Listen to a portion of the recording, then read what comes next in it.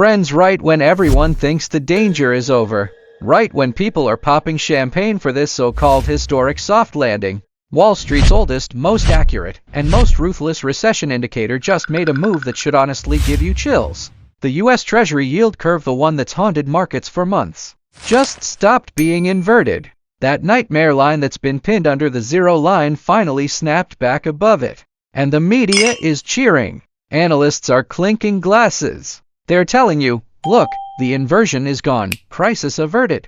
America just pulled off a legendary soft landing. That's not just a misunderstanding, that's a trap. A flashing green light guiding you straight toward the cliff. History is a cold judge, and it keeps writing the same verdict again and again. The inversion is the warning. It's expectation. It's big money preparing for winter buying safety. Weirdly, the inversion period is often the safer part. The truly deadly moment is when the inversion ends. Why? Because inversion ending means the expectation is turning into reality. It means the footsteps of recession are at your door. It means big money starts rotating, retreating, or getting forced to unwind. The side doesn't rise when the warning appears, it rises when the warning disappears. So let's kill that fake sense of safety with data. This time wasn't a normal inversion. It lasted more than 700 days. Do you understand what that means? It smashed the previous record 6 to 4 days back in 1978 and reset the extreme for the last half century. And it wasn't just long. The depth of the inversion got close to levels seen before 1929, on the eve of the Great Depression. Picture this, you've been sitting on a massive spring that's been crushed down hard for over 700 days. Every single day, pressure builds, tension builds. The system gets more twisted, more distorted. Now the hand that's been holding that spring down for 700 days suddenly lets go. Do you think what follows is a gentle, soft landing? No, that's not a soft landing. That's a violent snapback. That's structural breakage. And here's the part that should make you sit up straight, since the 1960s, once we get this signal, recession typically shows up within 6 to 24 months. And historically it has basically been 100% hit rate. No exceptions. That means right now we may be sitting in the calmest part of the storm, the quiet center. It looks peaceful, but underneath your feet, the ocean is stacking waves. If this were just a normal cycle, maybe central banks could manage it, smooth it, cushion it. But the deadliest variable in the 2026 script isn't on Wall Street, it's in Washington. At the exact moment the system is weakest, when it can't tolerate chaos, America's politics lights up into something that looks like a financial civil war. And the fuse is in Trump's hand, the lighter, purging the Fed. On the other side of this story is a news item so absurd it sounds like satire. Trump's team is reportedly planning to go after Jerome Powell, potentially to sue him or fire him, using claims like overspending on Fed building renovations and severe dereliction of duty. Sounds ridiculous, right? Renovation costs. But that's exactly how political warfare works. If they want a charge, they'll find a charge. So why would Trump risk shaking markets by attacking the Fed at a moment like this? The logic is cold, and it's crystal clear. Because he's panicking strategically. He understands what the yield curve really means. He knows 2026 is likely carrying a cleansing level recession risk. And if the money printer is still in the hands of a cautious, hesitant Powell when that moment hits, Trump's economic comeback plan turns into smoke. So he wants the steering wheel before the crash. He wants a driver who will obey. A driver who would cut rates to 1 even if inflation explodes. That's the double countdown we're facing. Countdown number 1, after the curve race steepens. There's a 6 to 18 month window where recession risk historically rises fast. Countdown number 2, the power vacuum and political volatility as Fed leadership becomes a battleground. When those two timelines collide into 0 to 6, markets can lose their anchors. And investors will realize they're not only fighting the gravity of the cycle, they're fighting the recklessness of political power. So here's the question, if the scythe is at the door, if the fuse is already lit, why is the market still partying? Why is the S&P 500 still hitting new highs? Why is GDP still printing growth? Is this time really different? Will 1929, 2000, and 2008 not repeat? Don't let survivor bias blind you. History tells us something brutal. Right before a bubble breaks, it always looks the most prosperous. So now we're going to do something that most people refuse to do, a time travel autopsy across a century. We're going back to the fall of 1929, back to the spring of 2000, back to the final illusions before 2008. And you're going to see how people laughed their way into destruction. How "this time is different" became the last sentence before the cliff. Ready? This is Iron Bull Finance, here to help you read the wind, understand the direction, and position before the turn. Let me put it bluntly, if the yield curve inversion is the arrest warrant from death, then the period after the inversion ends is the final dinner the last superth market gets before the knock. Wall Street has one of the most lethal misunderstandings of all time. Most people assume that when the alarm goes off, the crash happens immediately. So if the alarm has been ringing for a long time and stocks haven't fallen if they're even making new highs, people start mocking the alarm. See? It's broken. This time is different.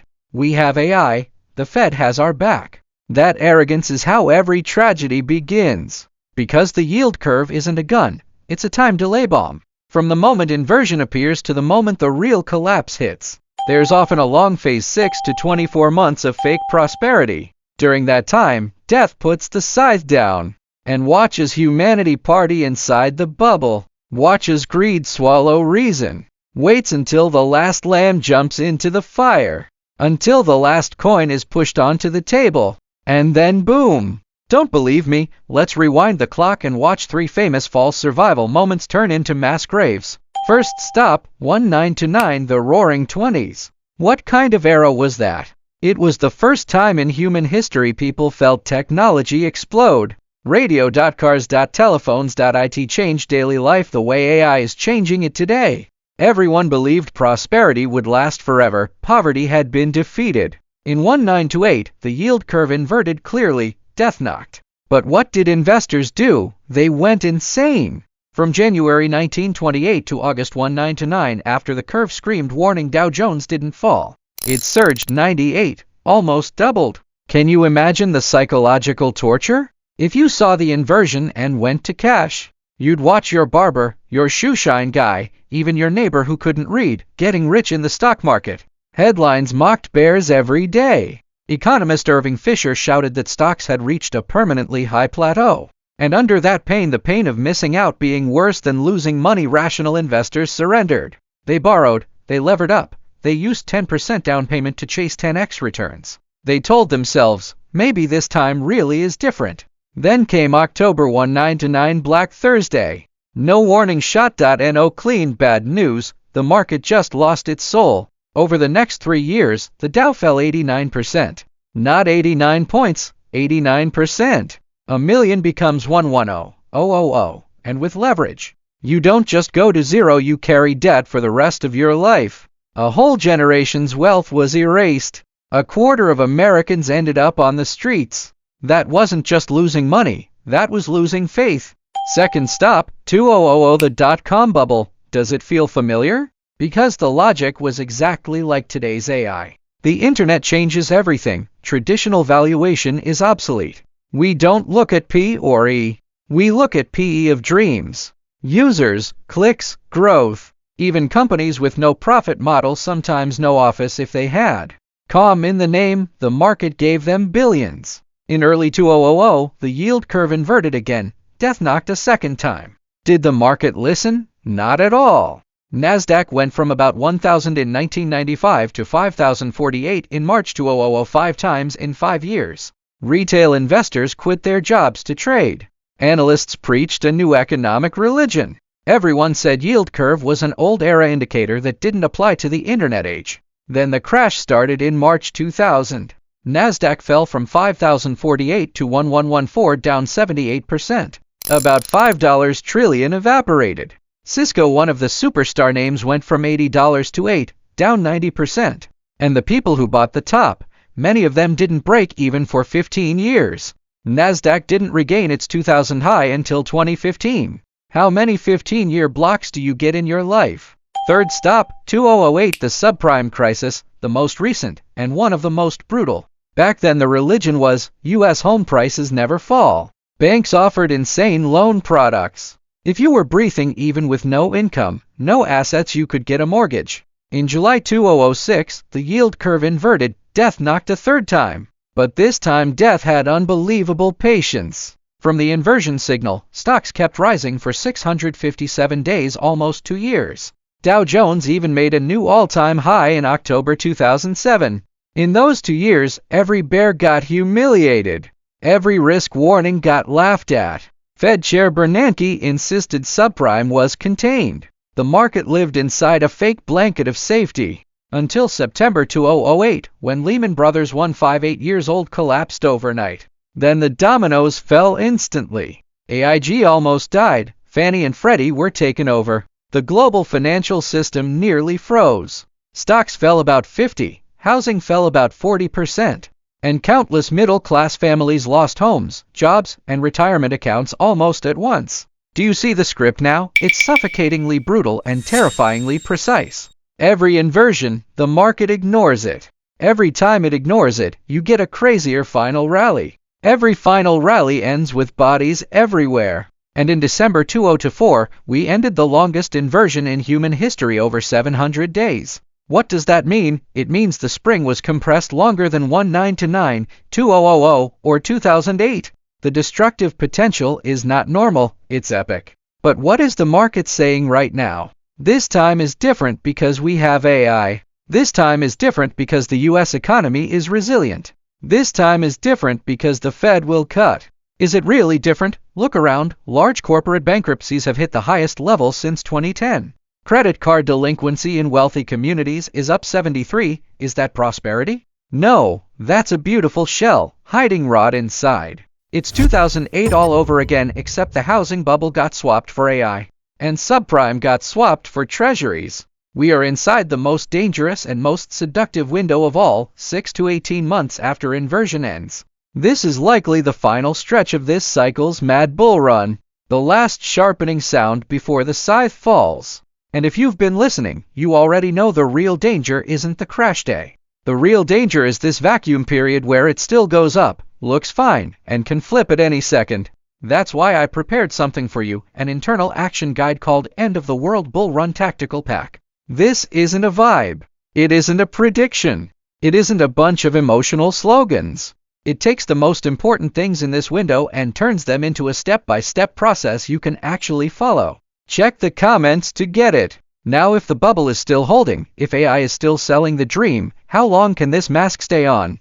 What happens if AI cracks? And more importantly, when does the man holding the lighter Trump decide to spark a room full of gas? Because next, we're going to rip off the glossy surface of the US economy. We're going to look at the K-shaped tear that GDP hides. We're going to look at why today's America is starting to look like a walking zombie kept alive by a small handful of AI stocks. Ready to face the rot under the prosperity? So here's the mystery. If the yield curve screamed death warning for 700 days, why does the U.S. economy still look unbreakable? GDP is still growing. Unemployment looks fine. This confuses retail investors. It even makes economists question reality. But if you're willing to get down on the ground, if you stop staring at big averages and look at America's microslices, you can smell something you can't hide. Rot. This is not a soft landing. This is a K-shaped corpse transformation.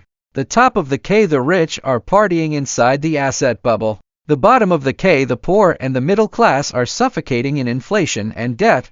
And this time, the scythe has even started cutting into the lawn of the rich neighborhoods. Let's look at a set of numbers. Wall Street elites avoid numbers that choke normal families because it hits the foundation of the American dream, credit-driven consumption. How much credit card debt do Americans own now? $1.2 trillion, all-time high. You might say, debt is fine if you can pay it, but they can't. The latest data shows serious delinquencies 90-plus days past due have surged to 12.3%.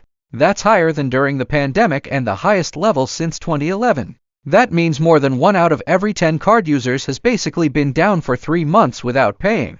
And here's the scariest detail. This isn't only a poor people problem. Even in higher income communities, credit card delinquency jumped from 4.8% to 8.3%, a 73 surge. What does that tell you? Inflation has burned through the bottom, burned into the middle class, and now it's starting to singe the eyebrows of the wealthy. When people in luxury neighborhoods start missing credit card payments, how long do you think the consumption engine can keep spinning? And don't forget, consumption is about 70% of US GDP. If that engine stalls, GDP growth turns into free fall. Now look at jobs. The official unemployment rate is 4.6. Doesn't look catastrophic, but that number is make-up. Here's the more painful reality. 5.4 of employed people are working multiple jobs. That's the highest level since the 2009 crisis. Which means one job doesn't feed an American anymore. So strong employment is basically people running 3 jobs a day and burning their lives to manufacture a fake prosperity headline.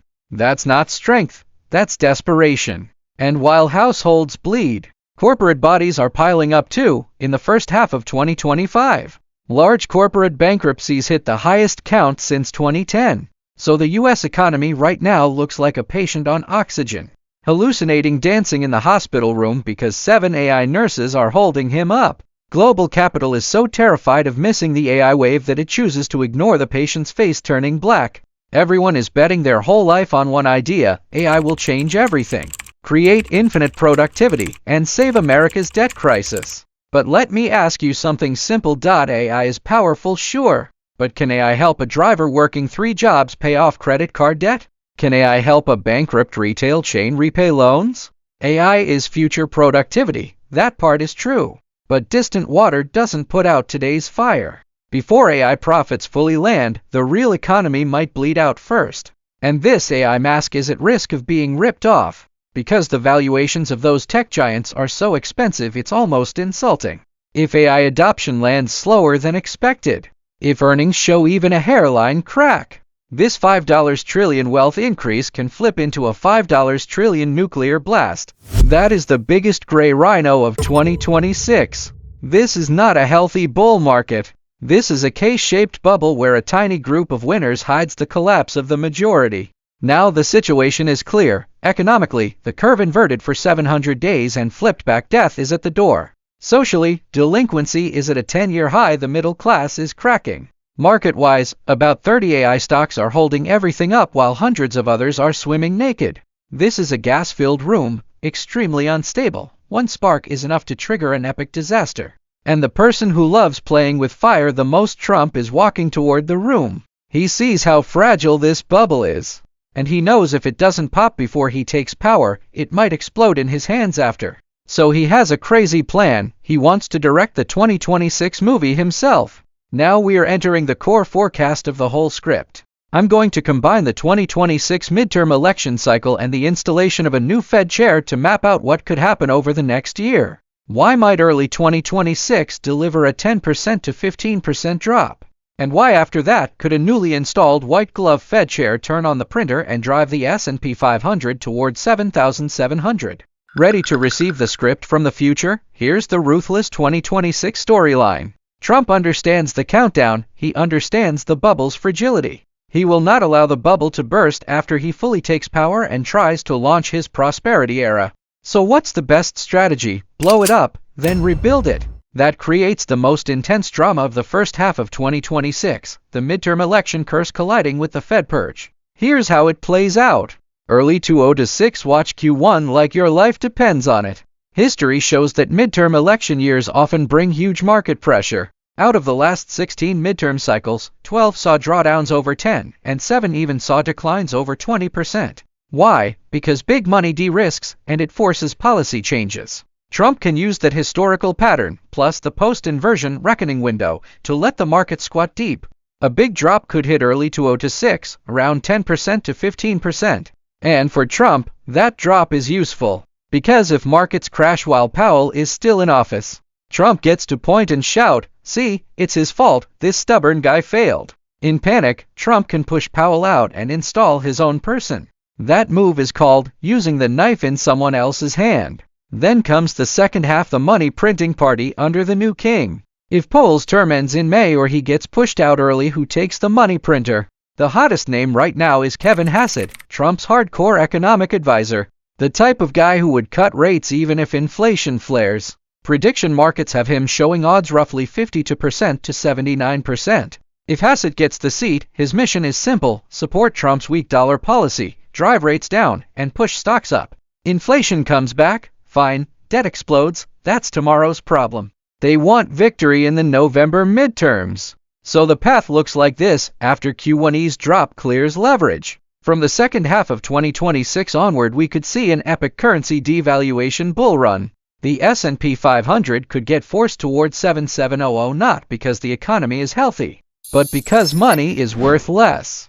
So what does a normal person do in a market that looks like God's fighting, with an end-of-the-world party vibe? We don't have Trump's power, we don't have Wall Street's algorithms, but we do have one advantage: we can choose which back to ride. Here are 3 survival laws: what actually matters if you want to live through 2026 and maybe even come out richer. First, stop dreaming about picking individual stocks. In an AI-driven market, a normal person's stock-picking win rate is approaching 0. You're not competing with retail. You're competing with BlackRock's AI and millisecond quant machines. Even fund managers can't beat the index consistently. Why do you think you can?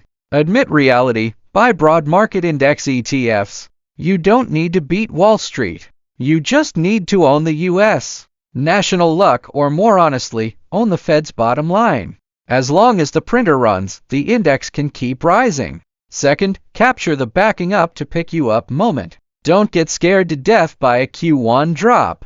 If you have cash, that panic is a gift. The best buying window may come near the end of Q1 2026, the darkest moment before Powell exits, and the first light before Hassett arrives. That's the pivot point where big money finishes rotating and prepares to pump into midterms.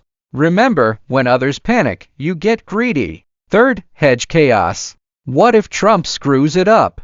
What if inflation truly loses control? You need insurance. Hold some gold and Bitcoin. They are the ultimate shields against chaos and the collapse of dollar credibility. When fiat floods, hard assets become your Noah's Ark. And keep 6 to 12 months of cash reserves, because before dawn arrives, you still have to survive the night. Friends, the yield curve has started the countdown. Trump has lit the fuse. 2026 is almost guaranteed to be a wild year. We don't need to predict every wiggle. We just need to understand the logic under the show. We are not betting on a beautiful U.S. economic recovery. We're betting the Fed can't let America go bankrupt. We're betting politicians will burn tomorrow to win today's votes. In an age of dancing on knife edges, stay clear-headed, hold your chips tight. If the bubble can't be avoided, then let's dance with it before it explodes. I'll end with one sentence, because this is the whole point. Don't let emotions push you in the final party. I put the internal action guide End of the World Bull Run Tactical Pack in the comments. Click to grab it. When the market starts accelerating, gets messy, and every day feels like a lottery draw, that guide helps you quickly check, is this move a chance to grab or a signal to take?